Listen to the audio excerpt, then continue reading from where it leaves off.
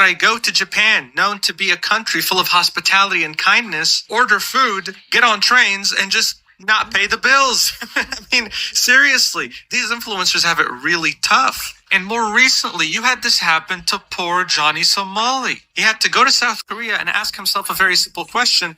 Should I twerk in front of a monument made to commemorate one of the most oppressed people during World War II? Not only are people getting so tired of these dumbass influencers and their antics, but they're also very tired of countries not taking those things seriously. Johnny, for example, committed crimes in Japan but never faced any jail time. He only got banned from the country, disappointing many people. But the story we're going to be talking about today not only is way worse than anything I've mentioned so far, but it also had massive consequences. It's about how two Taiwanese influencers went to Cambodia thinking that as influencers they can do whatever they want, and instead of getting a slap on the wrist, they got the complete opposite. They got sentenced to inhumane conditions, okay? This was so big that it made it onto Taiwanese national news, Cambodian news, and was talked about all over Asia, but no one really talked about it in the West. Every article, every source of information I found was in Mandarin, okay, or Cambodian. But regardless, it was massive. So massive, in fact, that even the Prime Minister of Cambodia had something to say about it directly, releasing a statement talking about it. I have never seen something of this scale before. So let's talk about it.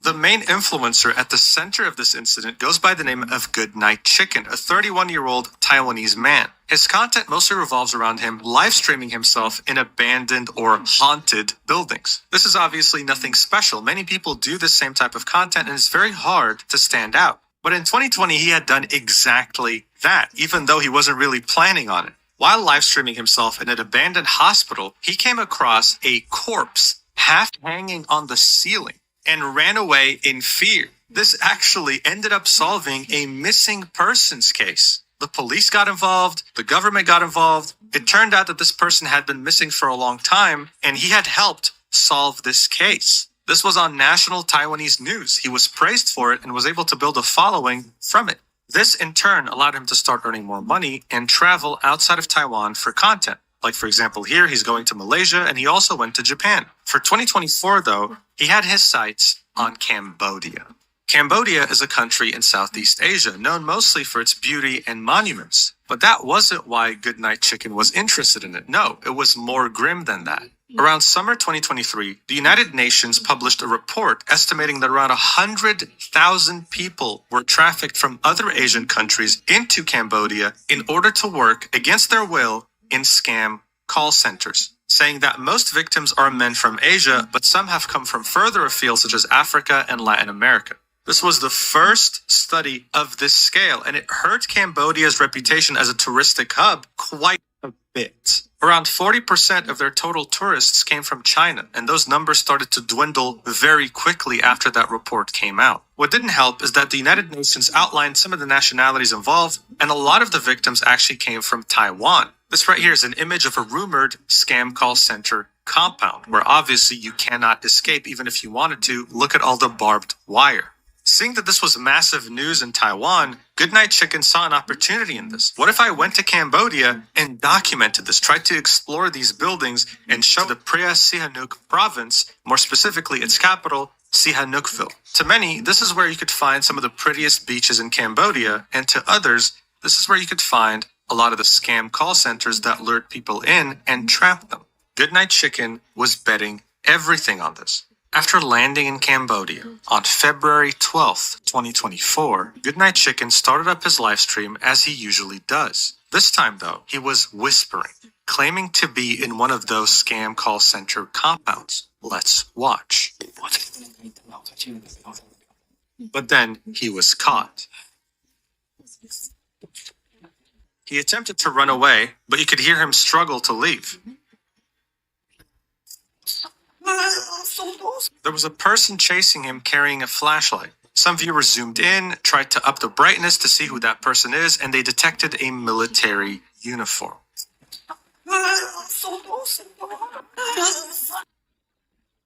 Then you could hear him struggle at the end as if he was caught. The live stream ended there.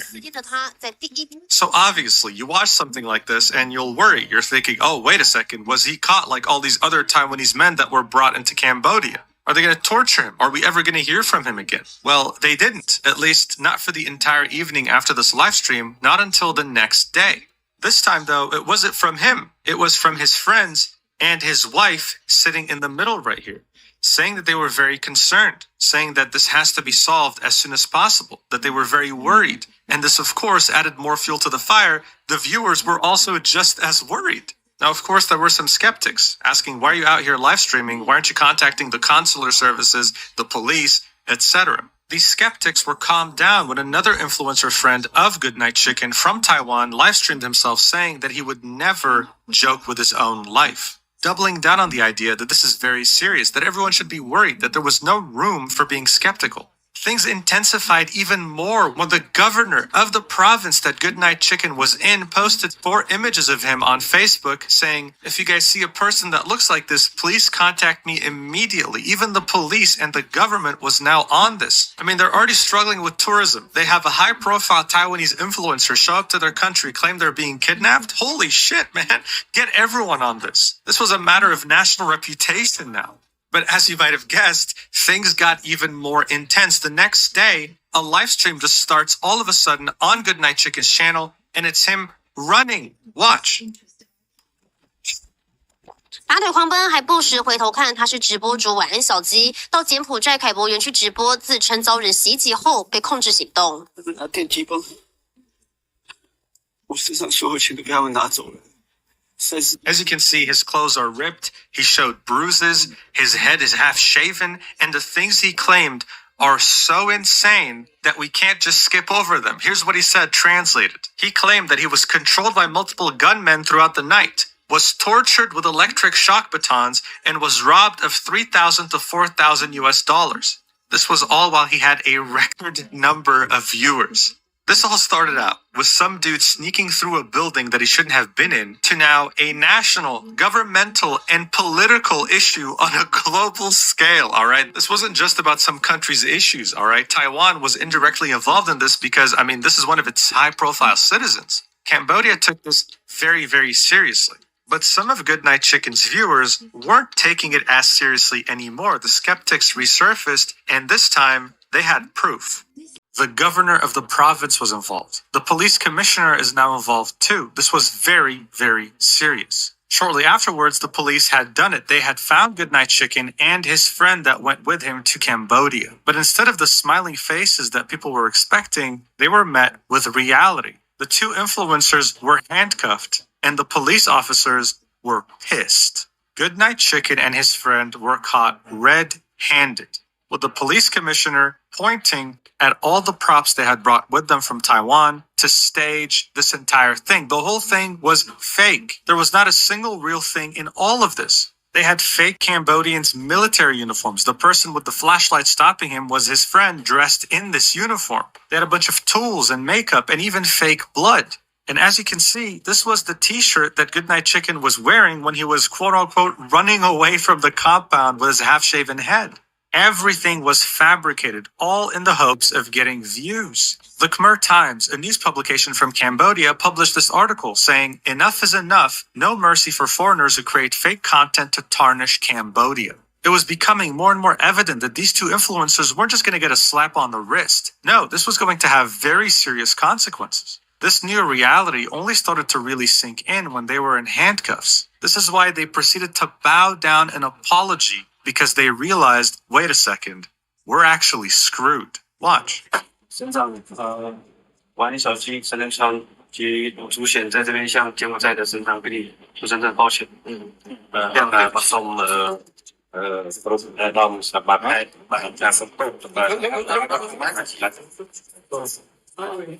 I'm so sorry. Excuse me. This is even funnier because of how ridiculous he looks with a shaved head. This is a disaster. It took 3 days, okay? 3 days to convict them and send them to jail. It was extremely quick. They were sentenced to 2 years in Cambodian jail, which is one of the worst jails you can go to. There were, of course, some concerns over the fact that they might have not gotten full due process, that there was no proper trial, no proper human rights. But I'll be honest with you, this was definitely the minority.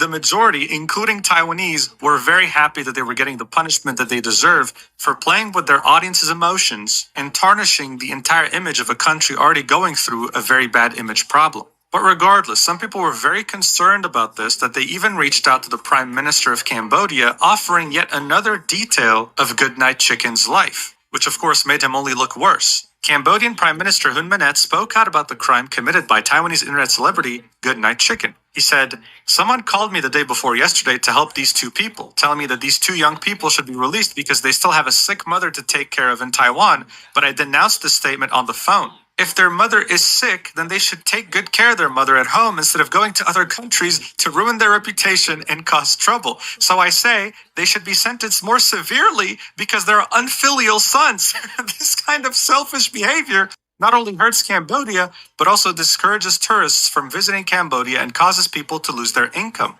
Hong Manet also warned any internet celebrities who want to come to Cambodia to make fake videos to gain internet popularity, "We will take strict actions, just like the two people from Goodnight Chicken. They will serve 2 years in prison and be blacklisted, permanently banned from entering Cambodia." So the Prime Minister himself had something to say about this, and he doubled down on it, telling anyone else who might have the same idea, if you come here and do the same thing, not only will you be permanently banned from visiting, but you will also be going to jail. So again, I just want to show you how the Taiwanese were reacting to this. On the post from the governor of the province involved, where he was asking, "Hey, anyone have information about this guy? Tell me immediately." The comments are, they're self-explanatory. "Please let him go to jail." Or, "As a Taiwanese, I am deeply sorry for the issues caused by this Taiwanese individual in Cambodia. I hope that he will face the most serious consequences for his actions. Please believe that the majority of Taiwanese people are well-mannered and differ from him." So this is why, even though the conviction was extremely fast and might have broken some human rights, no one really had any sympathy or even pity for him. The Cambodians were furious that someone was harming their reputation for clout, and the Taiwanese were furious because not only did he play with their emotions, but he single-handedly harmed their reputation. Barely a month after Goodnight Chicken was arrested for inciting social unrest for 2 years with his friend, news came out from the Star saying that his time in jail is miserable. Apparently, the only way he can sleep is in an upright position. He can't even lay down. This is because he's in a cell with 150 different inmates, all crammed up together. According to the Cambodian League for the Promotion and Defense of Human Rights, they describe Cambodian prisons as severely overcrowded and having abysmal living conditions. People in prison have to routinely make informal payments for basic necessities like food, space to sleep, and family visits. And here's a drawing of how a cell looks like. An actual image would probably get me demonetized. So this drawing right here kind of shows you how there's barely any space. This is why you don't want to end up in a Cambodian prison.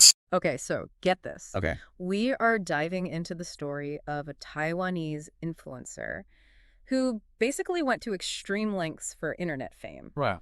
And ended up in a Cambodian prison. Oh, my. Talk about a reality check, right? Yeah.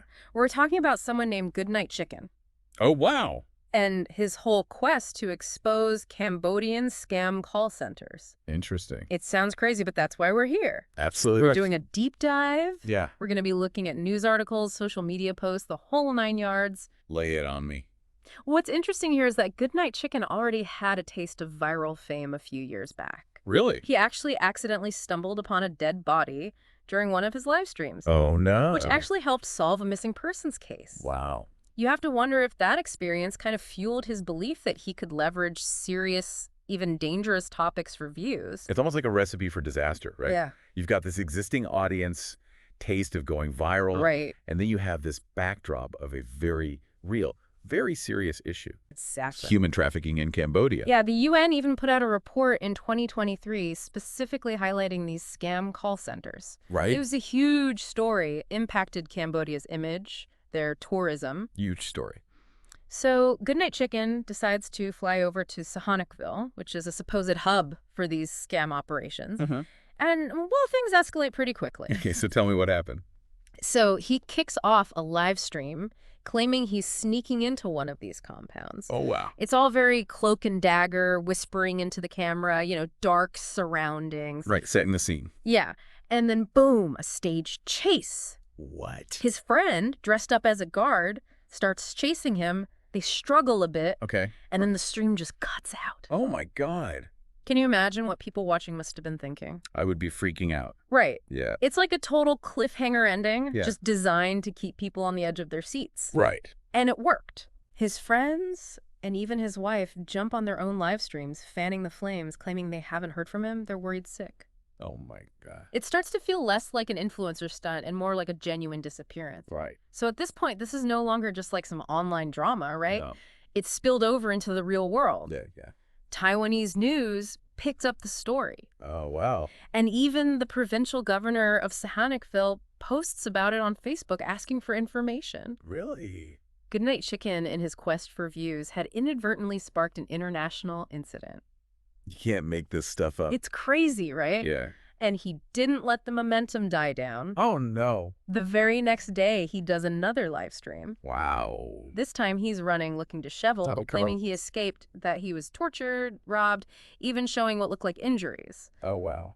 And of course, his viewership explodes. Yeah, of course. You have to wonder at this point, did he realize how far things had gone? Yeah. Was it all part of the plan? It's like he's directing his own action movie, but the line between reality and performance is starting to blur. Absolutely. Exactly. And this is where the cracks in the story start to show. Ooh.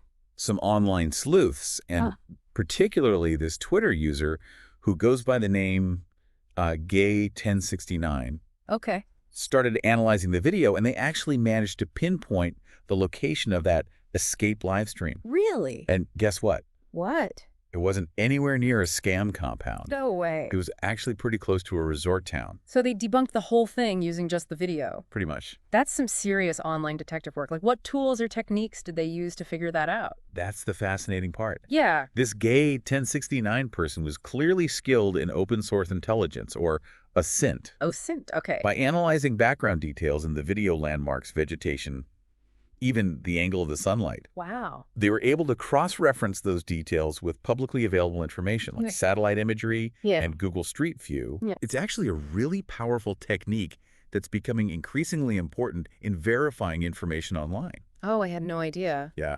So this internet sleuth basically exposed the whole thing, proving it was all staged. Pretty much. So, And shortly after, the Cambodian police find Goodnight Chicken and his friend.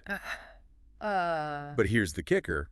They're handcuffed, surrounded by all the props. What? Fake uniforms, fake blood, even tools to create that shaved head look. Oh my God. It's like a scene straight out of a bad spy movie, but the stakes were all too real for Goodnight Chicken. You have to admit, though, that's a pretty audacious move. Oh, absolutely. Even if it was completely misguided. Yeah, Cody. Like, the image of them bowing in apologies surrounded by those props Yeah. really sums it up. Yeah, The jig was up. the jig was up. So they get caught red-handed. The whole thing's exposed as a hoax. Yeah. What happens next? Well, things move pretty swiftly. Oh, no. They're convicted in just 3 days. 3 days. 3 days and sentenced to 2 years Wow. in a Cambodian prison, Oh. known for its harsh conditions. I can only imagine. There were some questions about due process, sure, but public sentiment in both Taiwan and Cambodia was overwhelmingly against them. I can understand the outrage, but 2 years in those conditions, does that seem a bit extreme for a staged video? Yeah, Even if it did cause a lot of trouble. it might seem harsh, but you have to understand the context. Right. Cambodia was already dealing with the negative impact of these scam call centers on their image. Of course. And then Goodnight Chicken comes along and exploits that very real problem for his own gain.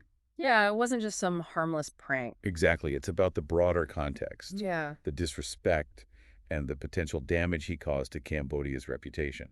That's true. It had real-world implications. Exactly. And the Cambodian Prime Minister, Hun Sen, made his feelings about the whole incident very clear. Okay. He called Goodnight Chicken's actions selfish and a disgrace, Wow. saying they deserved a harsher sentence. Really? He even directly addressed other influencers, warning them not to try anything similar. So the Prime Minister himself weighed in on this. Oh, yeah. That shows how seriously they took this incident. Absolutely. There was even a report that someone contacted the Prime Minister asking for leniency because Goodnight Chicken's mother was ill. Oh, wow. What did he say to that?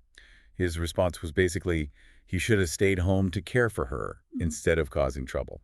It seems like there was no sympathy whatsoever. What about the reaction back in Taiwan? Were people supporting him or were they also critical? From what I've seen, the Taiwanese public was largely on Cambodia's side. Really? There were a lot of comments on social media expressing disappointment and anger, I see. feeling like he'd embarrassed them on an international stage. So Goodnight Chicken goes from living this influencer lifestyle jet setting around creating content Right. to being locked up in an overcrowded Cambodian prison, Yeah. unable to even lie down to sleep. It's just got to be a jarring experience. It's a stark reminder that actions have consequences, especially when you're operating in the public eye, Absolutely. playing to an audience of millions. This wasn't just about Goodnight Chicken getting caught in a lie. It was about the erosion of trust, the exploitation of a serious issue, and the potential damage to Cambodia's reputation. It's interesting, though, because he's not the first influencer to face backlash for reckless behavior overseas. Right. You have someone like Johnny Somali, Oh, yeah. who gained notoriety for disrespecting cultural norms in Japan and Israel. Yes. Johnny Somali. He was a different breed of influencer. Right, more about pushing boundaries and provoking reactions. He seemed to revel in the controversy, almost like a performance artist of bad behavior. He was the one doing pull-ups on a sacred site in Japan, Wow. and then bragged about skipping out on restaurant bills. Yeah. And then he went to Israel Mm-hmm. and filmed himself behaving inappropriately at the Holocaust Memorial. It's like he was deliberately trying to offend people. It seems like it, right? His actions were certainly calculated to shock and appall, but they also raise a lot of questions about cultural sensitivity, respect, and the limits of free speech. Especially in the context of social media. Exactly. So we have two very different influencers, two very different contexts, but both seeking attention, both crossing lines, and both facing consequences. Right. Do you see a pattern emerging here? It does make you wonder, doesn't it? Are we seeing a trend where certain influencers feel like they're above the law, that their online persona somehow grants them immunity, that they can exploit tragic situations or disrespect cultural norms without facing any real repercussions? And what about the issue of international accountability? Goodnight Chicken faced serious legal consequences in Cambodia, but Johnny Somali, despite his actions, was simply banned from entering those countries. Right. Is that enough? It's a complex issue. Every country has its own laws and ways of dealing with these types of incidents. Right. And social media fame adds another layer of complexity. How do you hold someone accountable when their audience is global, when their actions can have ripple effects across borders? It's uncharted territory in many ways. It definitely blurs the lines, and it makes you think, if attention is the currency of the internet, are we, the viewers, the ones clicking, liking, and sharing, partially responsible for fueling these outrageous stunts? That's a really thought-provoking question. Yeah. Are we inadvertently encouraging this kind of behavior by giving these individuals the attention they crave? Right. Is it a feedback loop? The more outrageous they are, the more we react, the more they push the boundaries. Right, and then those actions have real-world consequences, not just for the influencer, but for others as well. Like in Goodnight Chicken's case, it wasn't just about him getting caught in a lie. It was about the exploitation of a serious issue, the potential damage to Cambodia's tourism industry, and the reinforcement of negative stereotypes. So it also undermines the credibility of the entire influencer industry. If someone is willing to fake a story about human trafficking for views, what else are they willing to lie about? Right. It makes you question everything you see online. It's like a betrayal of trust, and it raises these bigger questions about ethics responsibility and the power dynamics at play in the digital world. It's scary to think about really like what happens when going viral, getting those clicks and views becomes the ultimate goal, Right. even at the expense of truth ethics or respect for others. It's almost as if we're witnessing this collision between the online world and the real world. Right. And the rules are still being written, like, how do we reconcile the fast-paced, attention-grabbing nature of the internet with the need for accountability, Right. for responsible content creation? So where do we, the viewers, fit into all of this? Are we just passive consumers of whatever's thrown at us? Right. Or do we have a responsibility to demand more from the content creators we follow? That's the crucial question, isn't it? Yeah. I think the Goodnight Chicken saga, as wild as it is, serves as a wake-up call. Right. We can't just sit back and be entertained. Right. We have a role to play in shaping the online landscape and holding influencers accountable. So what can we actually do? What does that look like in practice? It starts with being more discerning, more critical of the content we consume. Okay. Ask yourself, why is someone sharing this? What's the motivation behind it?